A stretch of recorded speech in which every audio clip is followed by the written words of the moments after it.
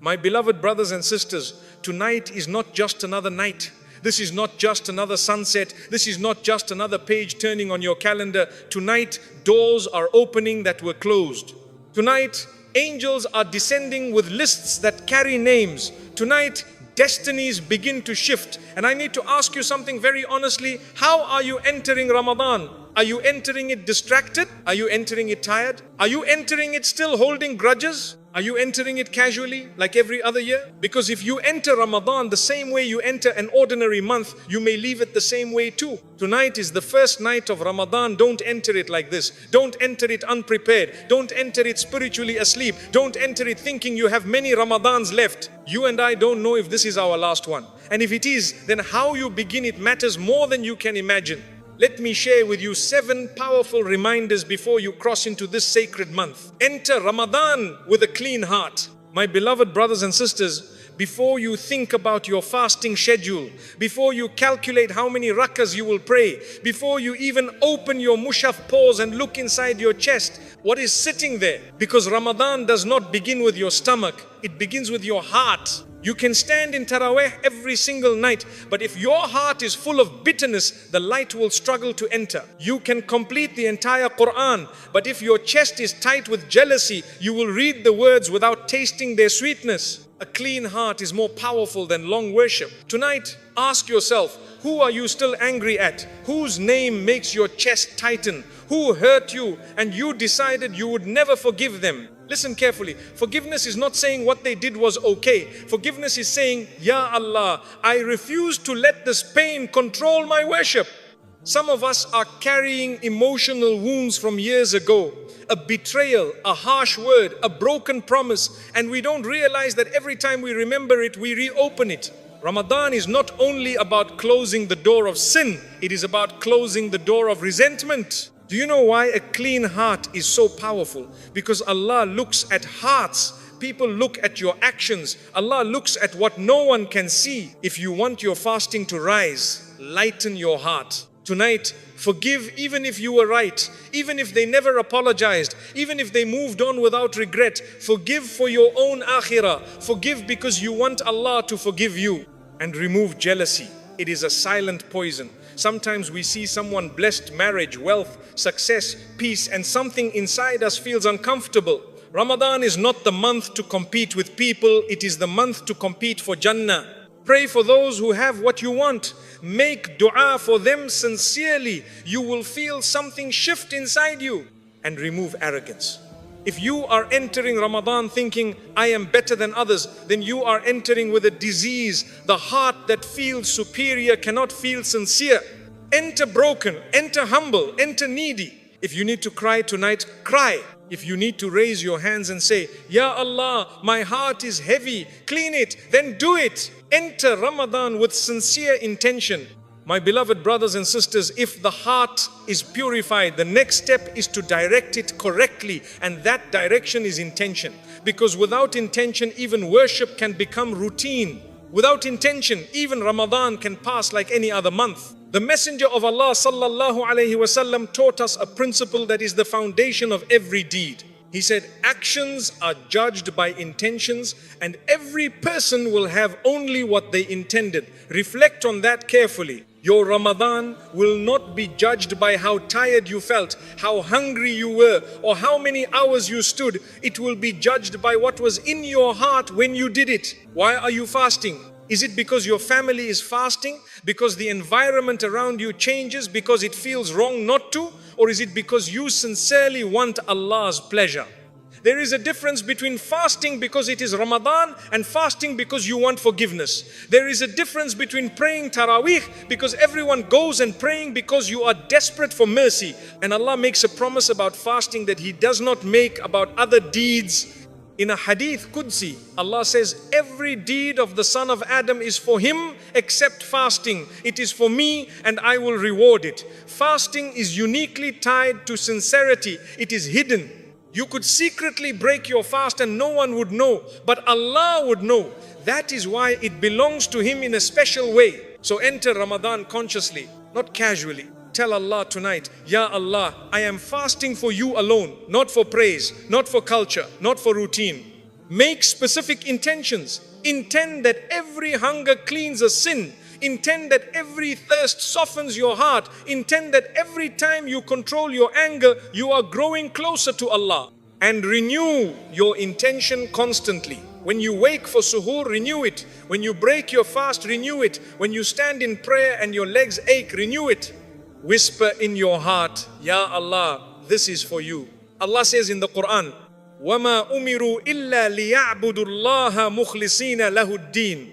They were not commanded except to worship Allah, being sincere to Him in religion. Sincerity is not decoration, it is the core. Some people will finish Ramadan exhausted but unchanged. Others will finish transformed. The difference is not always how much they did, the difference is how sincere they were.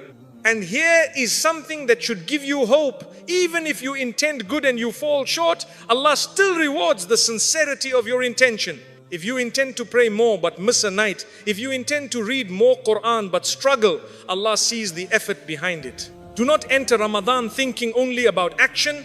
Enter thinking about purpose. Make one private intention tonight that only you and Allah know. Maybe it is leaving a hidden sin. Maybe it is fixing your salah. Maybe it is rebuilding your connection with the Quran. Guard that intention. Protect it from showing off. Ramadan is not about performance. It is about transformation. And transformation begins with intention. So before the first fast begins, before the first Taraweeh prayer, sit quietly and speak to Allah. Tell Him what you want from this month. Tell Him who you want to become. Tell Him what you want Him to forgive. Say with conviction, Ya Allah, I want this Ramadan to change me. Because when the intention is sincere, Allah opens doors that effort alone could never open. Enter Ramadan ready to leave a sin. My beloved brothers and sisters, after you purify your heart and correct your intention, there is something even more serious you must confront tonight. What sin are you bringing with you into Ramadan? We speak every year about increasing good deeds. We speak about Quran, Taraweeh, charity, dhikr. But very few of us sit down and say, which sin ends tonight? Ramadan is not only a month to add worship, it is a month to subtract disobedience. Be honest with yourself. There is something you struggle with, something private, something you hide. Maybe it is your eyes, maybe it is your tongue, maybe it is your temper. Maybe it is what you consume on your phone late at night. Maybe it is backbiting disguised as concern. Maybe it is delaying salah. Maybe it is a relationship that Allah is not pleased with. You already know it. And here is the dangerous mistake. Entering Ramadan planning to continue it. How can you ask Allah for mercy while holding tightly to what displeases Him? How can you say you want transformation while protecting the very habit that is blocking it? The Messenger of Allah sallallahu alaihi wasallam warned us about this reality. He said, whoever does not give up false speech and acting upon it, Allah has no need of him giving up his food and drink. Reflect deeply on that. If you fast from food but not from sin, what is the point? Ramadan is a training ground. Shaitan is chained. The environment changes. The masajid fill. The reminders increase. If you cannot weaken that sin now, when will you? Do not say, I will try. Say, Ya Allah, I am done. Even if you are scared of failing again, even if you have tried before and relapsed, the victory is not in never falling. The victory is in entering the battle sincerely. Choose one sin, just one. Be specific. Write it down if you need to. Say, this Ramadan I will fight this. And do not underestimate small sins, the ones you laugh about, the ones you call harmless. Those are often the ones that quietly darken the heart. A sin repeated comfortably becomes a habit. A habit repeated carelessly becomes part of your identity, and Ramadan comes to break identities that are built on disobedience. Some people finish Ramadan lighter because they left something behind. Others finish Ramadan heavy because they carried everything with them. Ask yourself tonight, what will I leave at the door before I enter? Maybe it is music that distances your heart. Maybe it is gossip that stains your tongue. Maybe it is pride that isolates you. Maybe it is scrolling that steals your hours. Maybe it is a toxic attachment that distracts you from Allah. You do not need to announce it. You do not need to post about it. This is between you and your Lord. And if you slip during the month, do not surrender. Stand up immediately. Make tawbah immediately. Shaitan wants you to say, you see, you failed. Give up. But Ramadan is not about perfection. It is about persistence. Allah loves the one who returns again and again. Imagine finishing Ramadan and knowing you defeated one major weakness. Imagine standing on the day of judgment and seeing that this was the month you turned around. But that turning begins tonight. Do not enter Ramadan casually holding on to what you already know is wrong. Enter it fighting. Enter it serious. Enter it determined. Because this month is not just about hunger. It is about healing. It is about cleansing. It is about walking away from something that has been chaining you for too long. And maybe, just maybe, this is the Ramadan that finally breaks that chain. Enter Ramadan with a clear plan and discipline. My beloved brothers and sisters, sincerity without structure often turns into regret. You can have the purest intention. You can feel emotionally ready. You can even cry tonight and promise Allah that this Ramadan will be different. But if you enter this month without a clear plan, distractions will slowly steal it from you. Ramadan does not get wasted in one big decision. It gets wasted in small daily negligence. One late night becomes a missed Fajr. One long scroll becomes a skipped Quran session. One I'll start tomorrow becomes the end of the first 10 days. And before you realize it, Laylatul Qadr is near and you are scrambling. Hope is beautiful, but hope without discipline is fragile. Look at how we plan for exams. We create schedules, we divide subjects, we calculate time. Why? Because we know the exam is serious. Ramadan is an exam of your soul. If you do not tell your day what to look like, your day will tell you. Decide tonight. How much Quran will I read daily? Be realistic. Even if it is one juz divided into small portions, consistency is more powerful than intensity that fades. When will I pray my extra units? After Isha, before Fajr? Fix it in your mind. When will I disconnect from distractions? Set limits. If you do not limit your screen will limit your spirituality.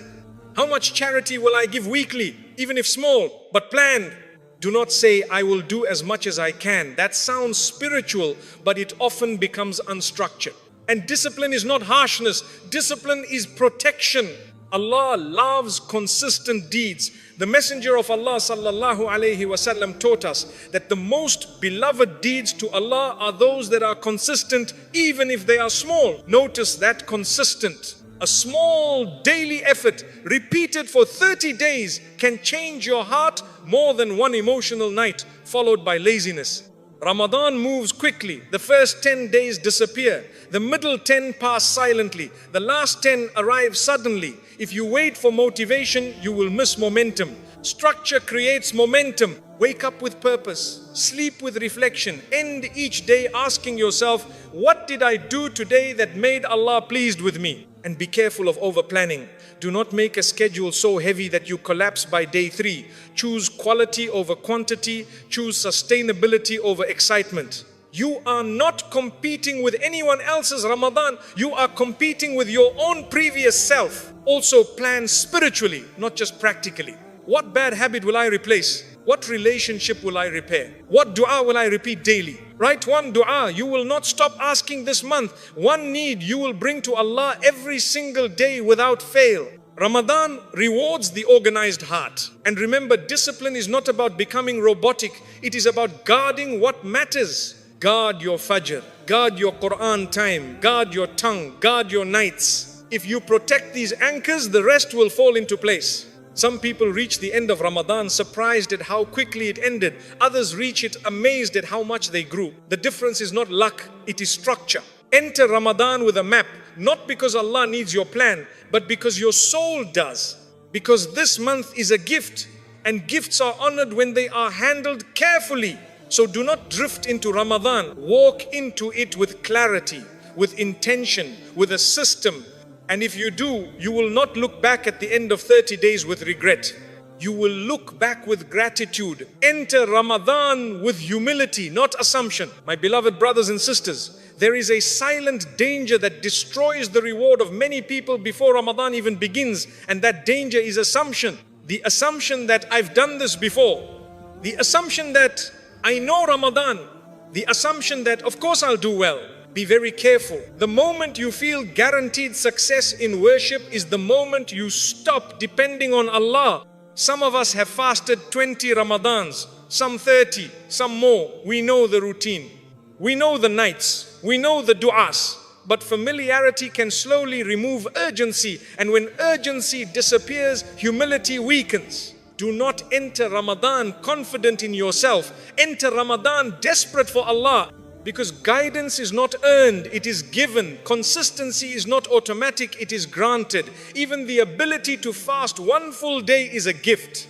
How many people were alive last Ramadan but are beneath the soil tonight? How many intended to fast this year but never reached it? You and I are not here because we deserve it. We are here because Allah allowed it. So enter with gratitude, not pride.